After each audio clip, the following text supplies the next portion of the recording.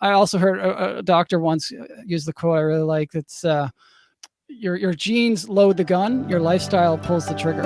Welcome to the Small Steps, Big Wins podcast, where I'm dedicated to helping you take control of your life.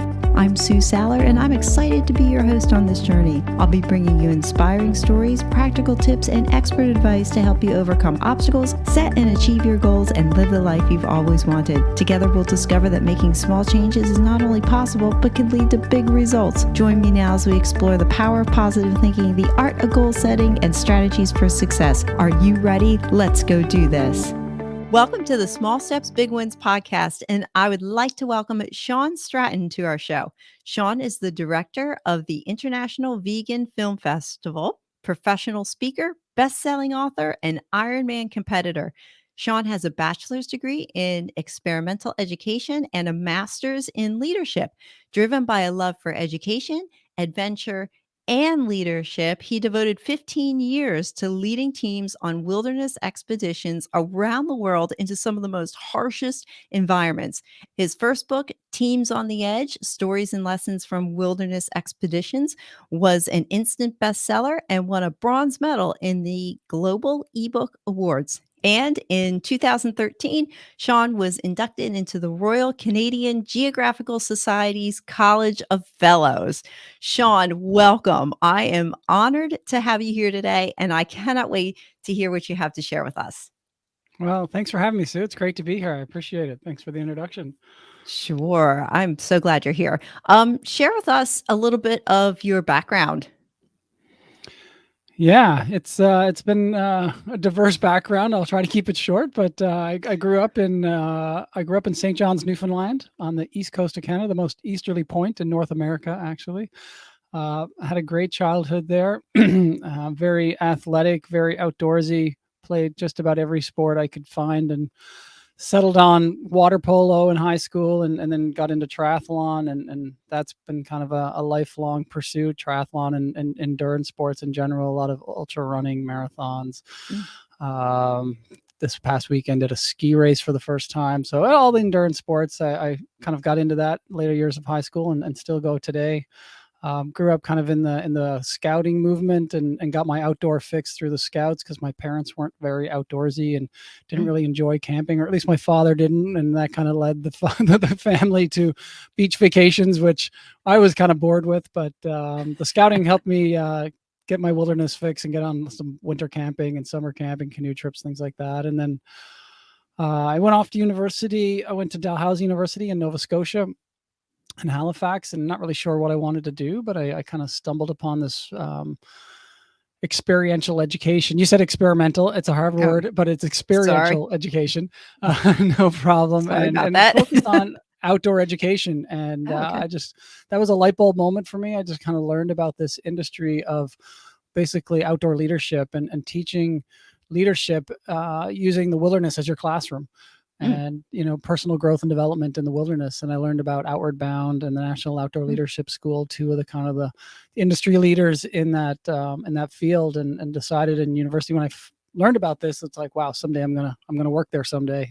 I want to get paid to travel the world and lead expeditions with incredible people, helping them out, doing personal growth and development, leadership training. And eventually I did an internship with Outward Bound in North Carolina. And then I ended up at the National Outdoor Leadership School in kind of 1999 area. Spent a lot of summers in Alaska and the Yukon, leading expeditions, kind of month to 3 month long expeditions, and then Oh, wow. a lot of winters in Mexico and Baja, sailing, sea kayaking, backpacking, and then I would spend my winters wearing my summer clothes, and I would spend my summers wearing my winter clothes in Alaska on the glaciers, and so that was a different career. That was living the dream at the time for sure. I want you to talk about being the director of the International Vegan Film Festival. How did you get involved in that? What led you down that road? Mm-hmm. Yeah, well, I guess most people are vegan. We talk about what's your vegan story, and everybody seems to have a vegan story because most people aren't born into it, as a lot of kids are these days. But for 40 odd years of my life, I was not vegan. And in about 2015, it started with my wife. It was kind of her idea. I'd never been a big foodie, and most of my expeditions, I was probably, vegetarian anyway. And, I enjoyed meat when I had a chance to have it. And growing up in, a typical Canadian American diet in Newfoundland, had lots of meat in our diet, but was never a big foodie and could go without meat wasn't really a problem. But about 2015, my wife was training for a marathon at the time, and I think she was having some chronic hamstring injuries, and she heard on a podcast that generally a plant-based diet can help with healing a lot of running injuries with kind of the anti-inflammation and things like that. And so she was kind of like at wit's end, like, I'm willing to try anything. And then at the time we watched a movie, it was called Vegucated.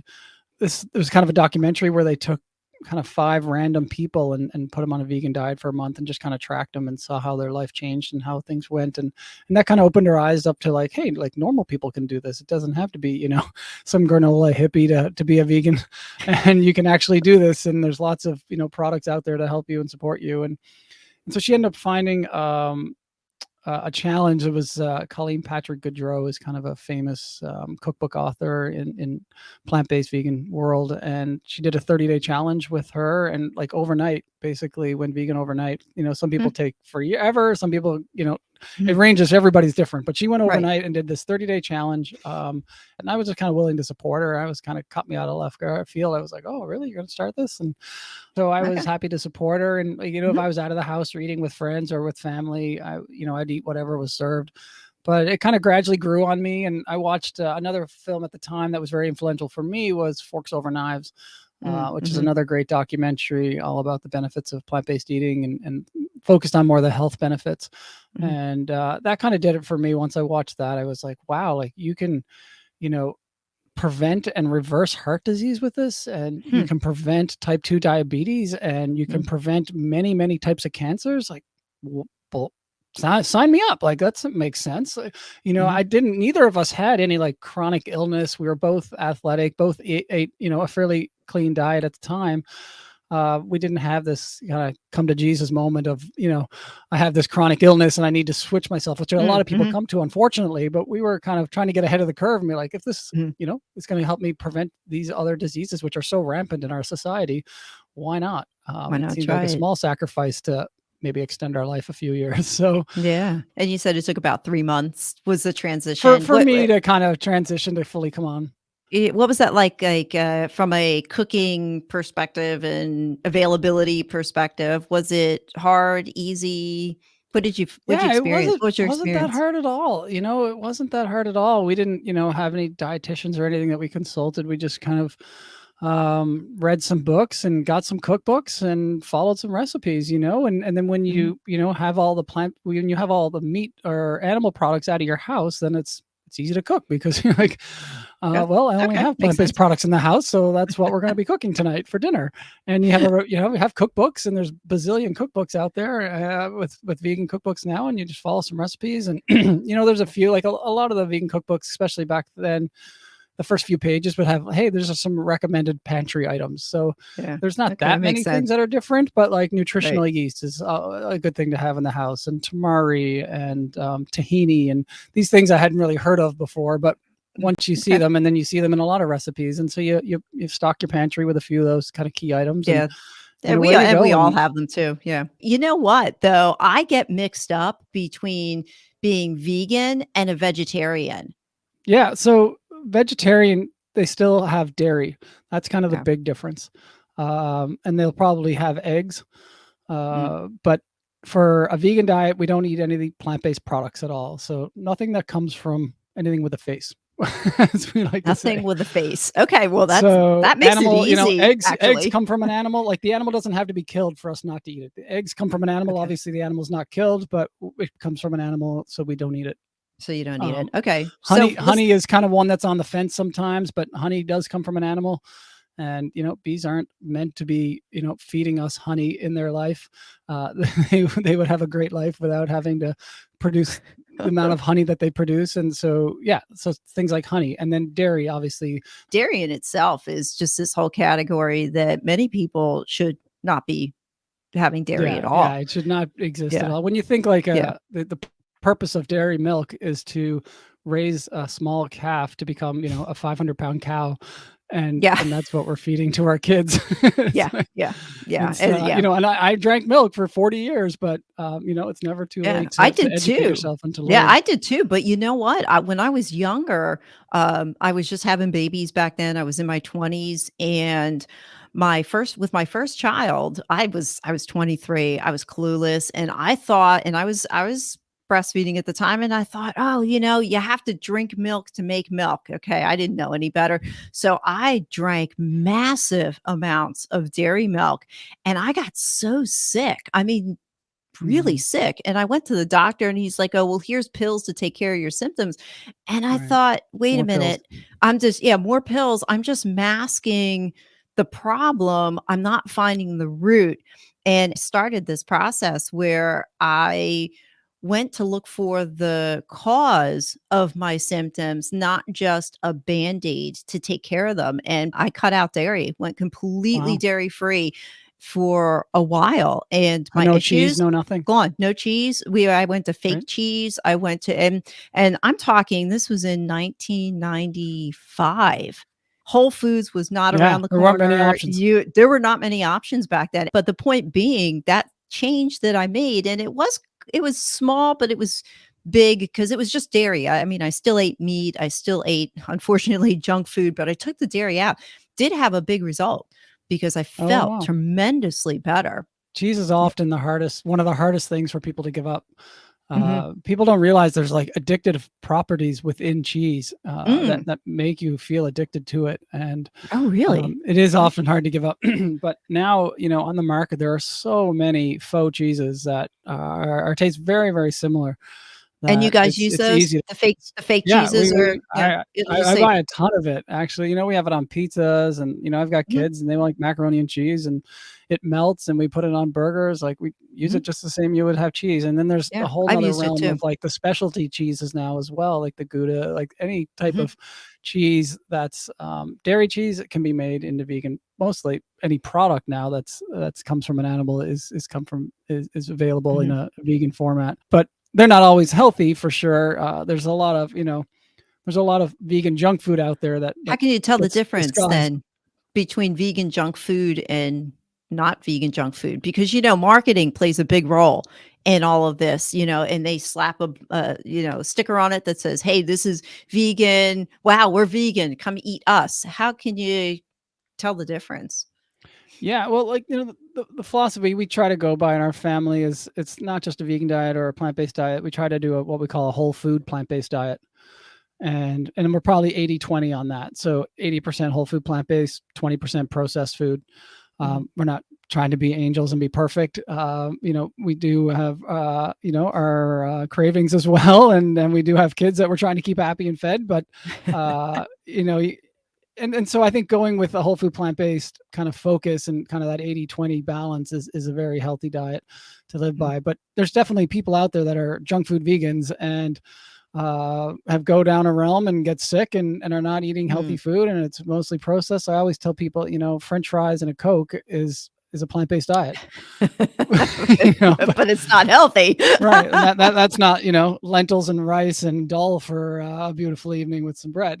Yeah, And right. so you got to be, you got to be careful too. And I think a lot of the processed plant-based meats and cheeses and that are a great kind of entry into the world of plant-based diets. And Mhm, sometimes we call them kind of, yeah, gateway food, and yeah, if you can't eliminate meat, we'll try some of these vegan sausages, or try mhm. some of these Beyond Burgers that taste just very similar to a burger.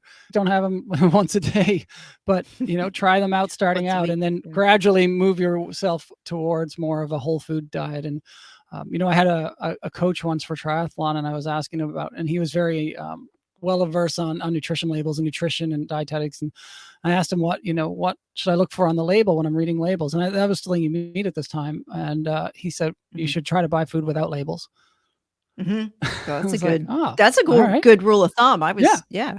I was Yeah. thinking You got here, it. so you probably Rice eat a and lot of, beans. like, rice, beans, nuts. Do you guys eat a lot Yep. of Lots, nuts a and lot of nuts, a fruits? lot of legumes. Yep. A Mhm, lot of fruit and vegetables and legumes and, tofu. Uh, mhm. yeah. Oh, There's no, I short. can be a vegan. I love tofu. Tons of tofu. Tofu's yeah. So our awesome. typical family pizza night, we have sweet potato, tofu, cheese. Sometimes we have corn. Sometimes we have onions and mushrooms. That's our homemade pizza nights. And it's great. Nice. Kids love it. So sometimes with veganism, the argument against it is, oh, well, you're just not getting enough protein. You're not getting enough of what you need. You need to, you're going to become deficient in X, Y, and Z. And obviously, you've been doing this since 2015, and your kids do it. Your wife does it.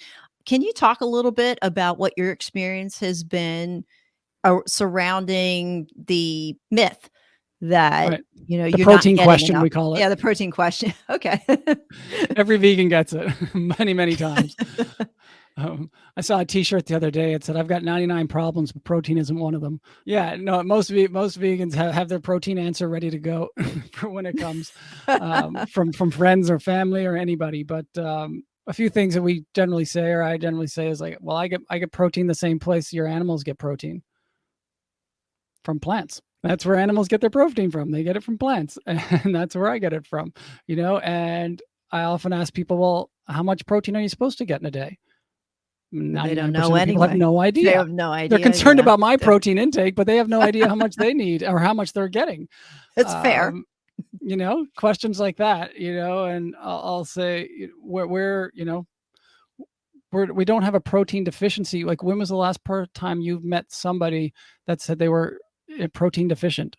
Even vegans aren't protein deficient. If you're a cancer patient, potentially you have some protein issues. If you have some, chronic disease, you have protein issues. But most somewhat healthy people functioning in our North American society do not have a lack of protein. For the most part, most people are well over their protein limit in a standard American diet. Have way more protein than they need. And, there's tons of studies that show the causal effect, correlation between animal protein and many types of cancers. And people are just getting way too much protein. A lot of the plant-based doctors talk about, we don't have a protein deficiency in our food system. We have a fiber deficiency.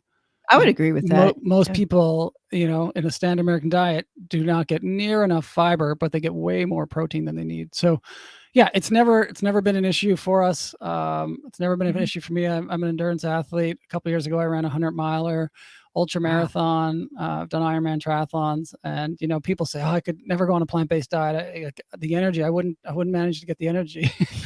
Or I tried it and my energy died. I'm like, well, there's ways around it. Maybe you weren't doing it right, and fair enough. Some people don't do it right when they switch to a plant-based diet, and maybe they go all junk food, or they just eat one type of food because that's all they think they know how to eat. And so there are ways, to do better than others. Yeah, that makes sense. I mean, and then the other aspect of that, to the people who say, oh, I tried that and I was more tired and it didn't work. Anybody, when you change your diet, the body always goes through a detox process where you are going to feel tired. I mean, I have a friend of mine who she changed her eating habits. She went to more unpackaged foods, more whole foods. She was, it wasn't vegan, but she was just preparing her foods and watching what she ate and cut her calories because she realized she was eating too much. And she was saying to me after 2 weeks, she's like, I'm so tired. I can't do this, blah, blah, blah. And I encouraged her. I said, remember, if you've been feeding your body crummy things, Twinkies, processed food, chips, stuff out of a bag, McDonald's. And once you take those things away and you start feeding it the right types of foods, the unpackaged foods, the natural foods, what happens is your body goes, hey, wait a minute, what's going on? I'm still looking for the junk to get my fix. I'm still looking for that sugar. I'm still looking for that. And you do go through this period where you just don't feel well. It's important for people to remember, when you get over that period of time, that's when the healing starts. That's when you really start feeling better. You got to let the body go through that detox process first. And I would imagine the same thing happens if somebody were to say, okay, I'm no longer going to eat meat. I want to become a vegan.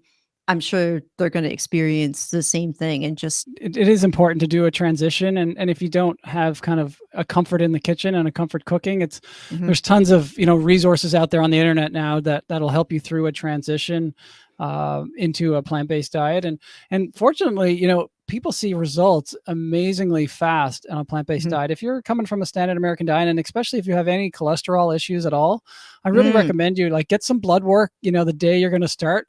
And so that you have a kind of a baseline to compare off. And even blood work 2 weeks later has been shown to have radical changes. Wow.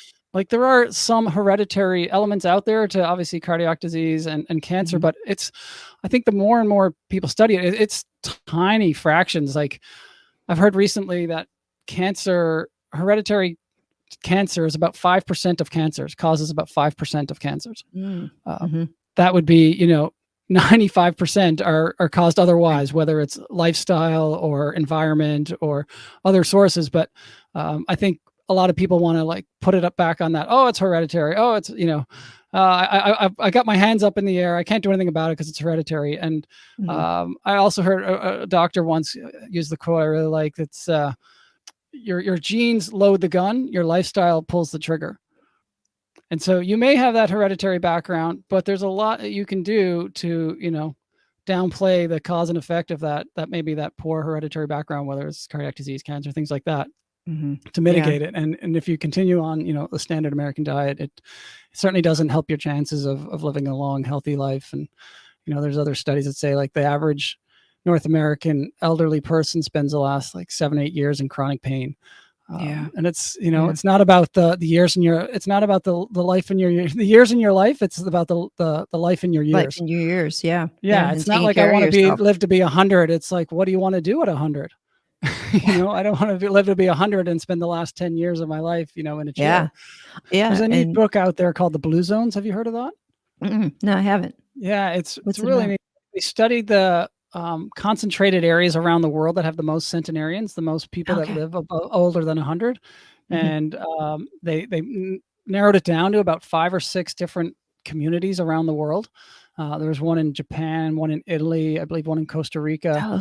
And then there was one in California, Loma Linda, California. And they tried to, correlate what are the commonalities between all these communities with centenarians in them. And one of them was they had a predominantly plant-based diet. It wasn't, they weren't 100% vegan diet because most of these people had never heard of veganism. But, and so they did have, probably have some animal products in their diet, but it was more, celebrations, once a quarter or once a year, a couple times a year, they would have, a big meat meal, maybe like a Christmas dinner or an Easter dinner kind of thing. It wasn't meat every day for sure. It was predominantly a plant-based diet. And then there was other things that were involved with it, having a community around, having a sense of purpose, having close friends, being able to, get your meals within 100-mile radius your produce comes from, things like that. But it's a great book, worth checking out, the Blue Zones. Yeah, I'll put it in the comments down below so that people can check it out if they're more interested in it. So what are some practical things right now that I can do? I want to become vegan. Yeah, well, the first thing is, getting rid of all the animal products in your house. You say you got to eat them up, but you can also give them away. I'm sure there's a lot of food banks that will take any animal products you have there. So you take the temptation away. Point taken. All right. And you find a good transition, plan, whether it's a book or some kind of PDF you can find on your website, find on the web, and start the transition. And you don't have to go, like, there's no right way to do it. And there's no perfection. Some people get tied up in perfection. Like, oh, you ate that. Well, you're not vegan. It's like, it's not about being perfect. It's about progress. And I've heard the quote that said, like, sometimes the stress of trying to be 100% vegan has a worse effect on you than not being vegan. So it's about progress. And, maybe people start off 1 day a week not having meat. Or I know some people that start off and they say, I'm going to be vegan before 6 p.m. And so, start with small changes. Some people, like my wife, went cold turkey and overnight. You gotta work with what works best with you. And, food is like a religion for a lot of people. And it's amazing. I didn't really realize that until I went vegan. And then I go out to dinner and people start asking questions, and all of a sudden it gets really heated. And I'm just like, you asked me, I'm just sharing, my story. I'm just trying to eat. Yeah, exactly. So, be prepared for, your answers and with friends and family, and know why you're doing it. Like any big event in your life, you have to know your why. And and stick to it, That's a good and give point. yourself some grace. If you go out to dinner for a family meal and you're early on in your transition, and all of a sudden there's some turkey on your plate, and you don't want to be embarrassed, or you don't want to make the host embarrassed, like maybe you Mhm. eat the turkey that time. You eat the And then turkey. Yeah. gradually over time, like there's a lot of times we go out for friends, and now most of our friends know us, and right now 95% of our friends are not vegan, so it's not like I live Mhm. in a vegan commune and everybody around me is. But they make adaptions when they invite us over, or we offer, a lot of times we'll offer to bring a dish. But yeah, like there's uh, always salad. I mean, you can always yeah, eat a yeah, salad. Yeah, exactly. Yeah, there's yeah. there's And always that. And do you find going out to eat for restaurants that there are yeah, vegan friendly choices without it being absolutely. too Yeah, there's some stats challenging? recently. I can't remember them, but like the amount of restaurants that have at least one vegan option now is skyrocketed, in the Mhm. last 5 years. Let alone, full on plant-based restaurants. There, everyone would know them in your community. There's a great app called Happy Cow. Highly recommend getting that. Happy Cow will list all the vegan restaurants in your area, and it's Okay. all geolocated. And so whenever I'm traveling, I just pop in Happy Cow, and it'll tell me where all the vegan restaurants are nearby, wherever I am. I think starting out, it's good if if you can do a bit of meal planning. I think that helps as Mhm. well, and that helps for anybody eating anything, especially with Right. a busy family, because you're less likely to grab the quick and go meals Mhm. if you can do a bit of planning, or you spend the weekend and make a couple meals and freeze them, make some chilies or some soups and things like that. Mhm. That really helps. The Instant Pot, I use that a ton, Mhm. whether it's making rice, making overnight oatmeal. Is that like a crock pot, an Instapot? Is Yeah, it the yeah. same You're not familiar with the thing? Instant Pot? Wow. No, The I made Instant Pot dinner is tonight in the is the crock way. pot. I do the crock Yeah. pot where Yeah, it's just yeah. kinda like this pot The and you slow throw cooker? everything in. Yeah, it's a slow cooker. Yeah. Is that what Yeah, an so the Instapot Instant is? Pot is a slow cooker and a pressure cooker all in one. Oh, okay. Okay. Yeah, and Popular so is air fryer. Have you used yeah, air yeah. fryers? You I do they haven't work? got into it. There's one you can get that No? goes on your Instant Pot, and I've thought about it, but Mm, I okay. haven't I haven't quite felt the need yet. Um, but Hey, yeah, so if things like that can save a lot of time. I mhm, don't think it necessarily takes a lot more time to eat vegan, maybe a little bit more planning, but if mhm, you can do a week plan, plan your meals for a week, and then you can look at your list, and do your grocery shopping. There's meal planners out there now that you select the meals, and it spits you out your grocery list, mhm, and you mhm, just check them off. I know Rich Roll, the Rich Roll podcast is great. They've got a meal planner that does those types mhm. of things, and they even line them up with like Instacart, and will deliver your whole your whole list to you within like Oh, three there you go. clicks. So Oh, there's wow. many different ways to do it, and yeah, and I want to touch on as well. There's three kind of main pillars to veganism that people go, and Mhm, we've been talking about more the health benefits, and that's originally why our family got involved in veganism. But there's the environmental side of it as well, and obviously the animal welfare side, and those are two very very big important things, and they're all equally important to us now. There's a phrase that says, "Come for your health, stay for the animals." mhm, and uh, and that was kind of us once we learned more about veganism, and just the state of the environment, mm, obviously the animal welfare system, or the animal agriculture system, was a no-brainer. It's so easy. One of the things my kids, they get questions all the time at school from their friends about, like, why are you vegan? What is vegan? It's not. And mhm, and the easy answer I tell them is, like, just tell them I don't want to hurt animals.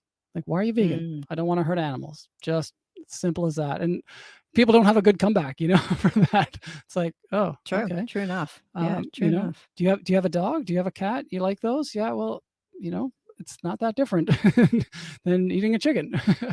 and Huh, so yeah, the environmental side is obviously huge as well. The amount of methane coming from cows, and the amount of forest destruction, land destruction that's been cleared away for animal agriculture to happen on. Uh, mhm, is incredible, especially going on in the Amazon rainforest, and all over the world. And then the people come, well, I have grass-fed beef, and well, grass-fed beef is actually worse for the environment side of it, because they mhm. need so much Huge. land. Grass-fed beef, organic grass-fed beef, is healthier than the standard beef you get in the store, but at the same Right. time, it's not helping the environment. It's worse for the environment. It's Mm. better for the Yeah. environment to have all your cows in the one building, but that's not better for disease control. And Yeah. it goes on and on. Yeah, yeah. Well, the price of meat products also make it cost prohibitive for a lot of people. I mean, it's just my husband and I, and just for the cost of eggs. Let's just go with Mhm. eggs for a minute. This time last year, a dozen eggs was, I think, a like $1.14. Okay. Mhm. The 6 months prior to that, eggs were 84 cents a dozen. We would go to Wow. our Aldi store, 84 cents a dozen. Sometimes they were 49 cents a dozen. And my husband likes eggs. We'd get 5 or 6 dozen eggs, 40 for Wow. 49 cents. What, you can't beat it. So we've watched our egg prices here in the States go up exponentially. So my husband went the other day to go get eggs, $4.59 for a dozen. Wow. Wow. And And that's an like, industry that's massively subsidized by the government, I don't really right? want to eat eggs. We used to eat eggs twice a week. I mean, it was a great meal, but now it's like, I don't want to pay four and a half, $4.50 for a dozen eggs. I'd rather pop open a can of beans. I didn't realize how expensive cheese was until I went to Africa, and like people don't really eat cheese there. In I was in Mm, East Africa in Kenya area, and because it's so expensive. And then you come back to the States and Canada, and it's like, well, cheese is not that expensive. It's like, oh, because it's subsidized massively. The dairy mhm, industry is so subsidized from the government. yeah.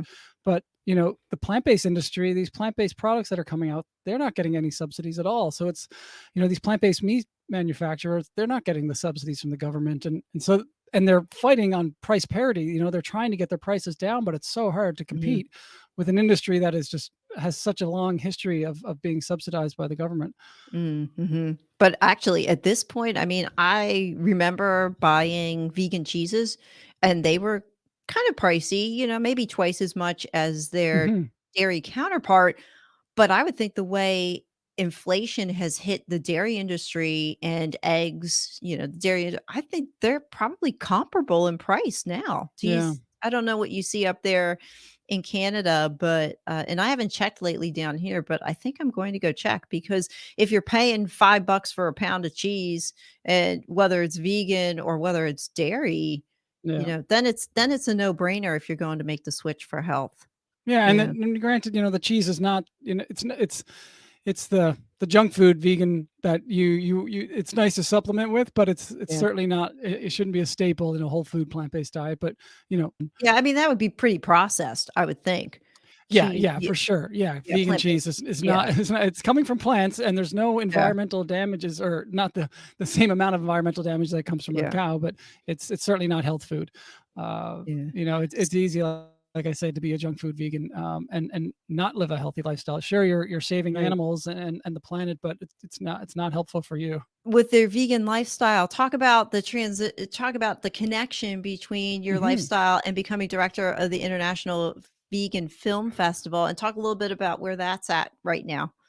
Yeah, after being vegan for a couple of years, I, watched a lot of documentaries, read a bunch of books, and just kind of really got into the movement, and really saw it just really clicked and made sense. And I thought, I want to get involved more in the community, and see how I can utilize my skills and experience to serve the plant-based community in my area, and ideally around the world. And I did some research, and I thought about doing kind of a veg fest. Veg fest are these kind of events similar, like farmers markets that are all Mhm. plant-based products. Thought about organizing one of them, and at the time we just had our third child, and it was just too much. It was going to be too much for me to organize. And there's a couple film festivals that I've really enjoyed. One mainly is a mountain adventure film festival, the Banff Mountain Film Festival, that I've seen for years. They have a traveling show, a traveling world tour that goes around all Hmm. over the world, and I've seen it for years. And so that was kind of in my mind, and I thought, well, I wonder if there's maybe I can find a vegan film festival and bring that to Ottawa, where I was living at the time, and show that in Ottawa. And I did a bunch of research and realized that there were no vegan film festivals anywhere in the world. Oh, There wow. never there wasn't one existed. Seemed to be a Mhm. couple that had been like a year or two over the years, but nothing Huh. for kind of the model that I was looking at. And so, kind of being the entrepreneur and kind of leader, I was like, well, why not? I guess I'll try to do Why this. I not think you? I think I can pull this off. I didn't know, if there was a market out there. I didn't know if there was going to be enough films submitted. I didn't Mhm. know if anybody's going to watch it, but I thought, well, let's give this a try. It seems like a worthwhile thing. This was back in 2018, and There's a bunch of really popular kind of plant-based films that had come out on Netflix recently. Kind of What the Health was one of them. Cowspiracy, Forks Over Knives. Recently, The Game Changers was a big hit film, and so I Mhm. was surprised. Yeah, there weren't any, and so I started it. I learned everything I could about film festivals and how you attract filmmakers and how you set it up the Mm. back end and how you accept Mhm. them and all that. And yeah, we launched the first one in Ottawa here in Canada in 2018. And I think I Nice. had 29 submissions from 12 countries around the world. And Wow. we had 150 or so people come out to a kind of an independent theater here, and we had a great time. It was a lot of fun. Yeah, it went really well, and then I added a world tour to it as well. And so I always wanted it to be kind of a year round event, and so Mhm. we condensed all the films to kind of a short 2 hour best of the best. And so we showed the Oh, best of the okay. best short films, and then we work with local hosts around the world that they basically pay a licensing fee, and then we send them. I call it a festival in the box, and then they Okay. host it for their own community. We give them Nice. all the information, and then they sell the tickets. They get the theater and host it. And so, yeah, we've had dozens of those around the world in the last 4 or 5 years. Oh, wow. Obviously, the Okay. pandemic took a bit of hit on that. We went online in the pandemic, and so we had a virtual film festival for a couple of years. And Mhm. this year we Kinda like went back to Netflix. in person. Vegetarian it's, vegan Netflix. Yeah, there you go. Yep. Yeah, and there's a channel right now, Jane Velez Mitchell, who's used to be a CNN anchor back in the day. She has her own a channel now. It's called Unchained TV, and Mm. it's basically all kinds of films based around veganism and plant-based lifestyle Oh, okay. out there now. So yeah, that's kind of where the festival started and how it's evolved. It's been a lot of fun the last couple of years. I added a cookbook contest, and so now we have the Oh, world's nice. first vegan cookbook contest. Oh, And sweet. Sweet. last year we When's had 20 books submitted. This year we had 30 books submitted. All Oh, wow. books that were published this year. Uh-huh. Wow, okay. Is Yeah. there another one coming up soon, or when's the Yeah, next so the one, or festival usually takes place in the October, November, Okay. and so we'll open the submissions soon for the upcoming films and cookbooks, and then the judging usually takes place over the summer, and then we spend the fall kind of organizing it all and have the event, the main event in in October, November, depending on kind of theater space and time. So I have to come up to Canada then Yeah, if I or want. potentially host a world tour in your location. There was one a couple years ago in Hilton Head, Oh, really? probably not too Okay. far from you. Yeah. That's about 4 hours? Okay. 4 hours from where I'm Yeah. at. Yeah, It's closer than Ottawa. that's true. It is closer than Ottawa. I'm about 4 hours from Charleston, Hilton Right. Head, Myrtle Beach area. I'm more of the Right. upstate South Carolina area. Yeah. Yeah. But, Yeah. there's a lot of culture here actually in Greenville that bringing a vegan film festival here, it could work. Could work. Yeah. We'll have to talk.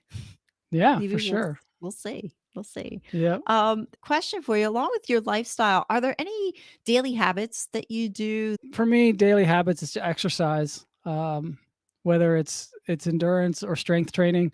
I'm Mhm. incorporating a lot more strength training into my lifestyle now that I'm 48 and getting old. I think strength training is more important the older you get. So I incorporate that a fair bit more. But yeah, I'm still out there doing endurance events. Like I said, I just did my first cross country Nordic ski race ever this weekend. It was a 27-kilometer skate ski Oh, race. wow. So that keeps it fresh. When was the last time you did something for the first time?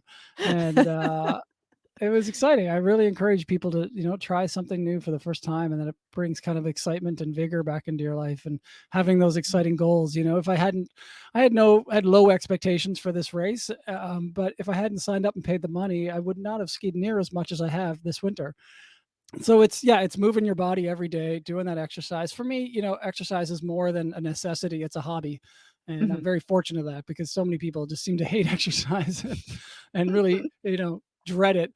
But I'm one of those people that I really I do my, you know, I love the phrase that says slay your dragons in the morning, or slay your dragons Mhm. first thing. So whatever I'm doing for my Yeah. work, I usually do that, the first 90 minutes of my day. I try to get that done. And a lot of times that's between 5 Mhm. a.m. and 7 a.m. I find those Mhm. are my most productive hours.